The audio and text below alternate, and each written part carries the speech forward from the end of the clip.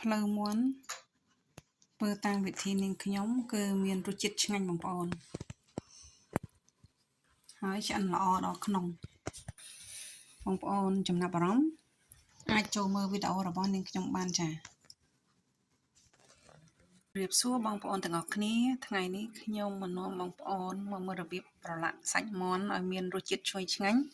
ហើយដោយមិនបាច់ប្រើស្ករខ្ញុំមានភ្លើងមាន់មួយត្រេបងប្អូននេះចា៎ហើយគ្រឿងនេះគឺជាគ្រឿងនេះអានេះម្ទេសបងប្អូនតែខ្ញុំដាក់10កាលិចណាម្ទេសម៉ត់ម្ទេសហុយគឺជាម្សៅខ្ញីចាគឺជាម្សៅខ្ទឹមចានេះខ្ញុំចាក់ចូលនៅក្នុងនេះអស់ហើយមានអំបិលមានម្សៅស៊ុបហើយនេះគឺជាទឹកស៊ីអ៊ីវបងប្អូនមិនបាច់ប្រើស្ករទេ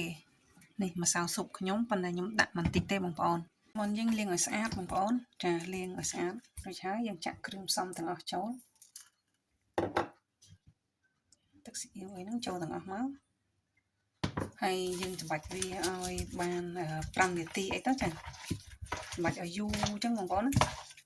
មិនបាច់ប្រើគ្រឿងច្រើនទេបងប្អូនធ្វើតាមខ្ញុំមានរសជាតិឆ្ងាញ់យើងកាត់បន្ថយស្ករបងប្អូនចាខ្ញុំម្ហូបខ្ញុំកាត់បន្ថយជាតិស្ករហើយឆ្ងាញ់អញ្ចឹងហើយបានខ្ញុំចង់ចែករំលែកបងប្អូនទាំងអស់គ្នា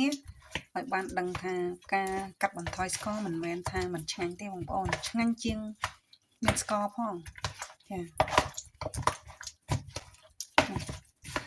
រួចហើយយើងផ្អាប់ទុកវាណាសម្បាច់ឲ្យយូរទៅណាបងប្អូនណាចា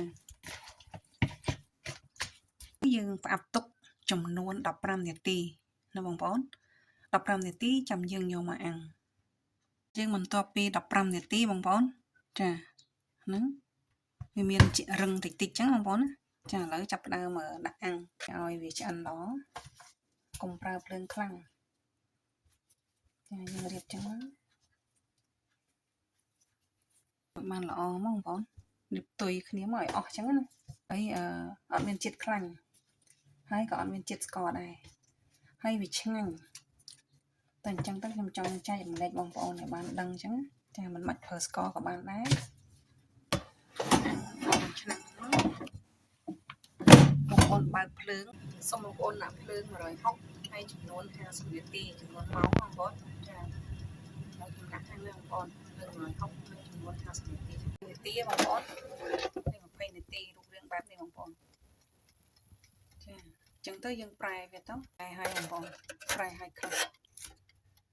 ប្រែដាក់មកខាងទៀតបាក់កាន់ទូរស័ព្ទបងប្អូនមកឲ្យចិត្តដៃមកខាង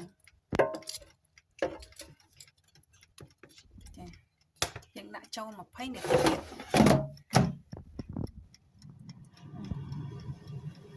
160បងប្អូនណា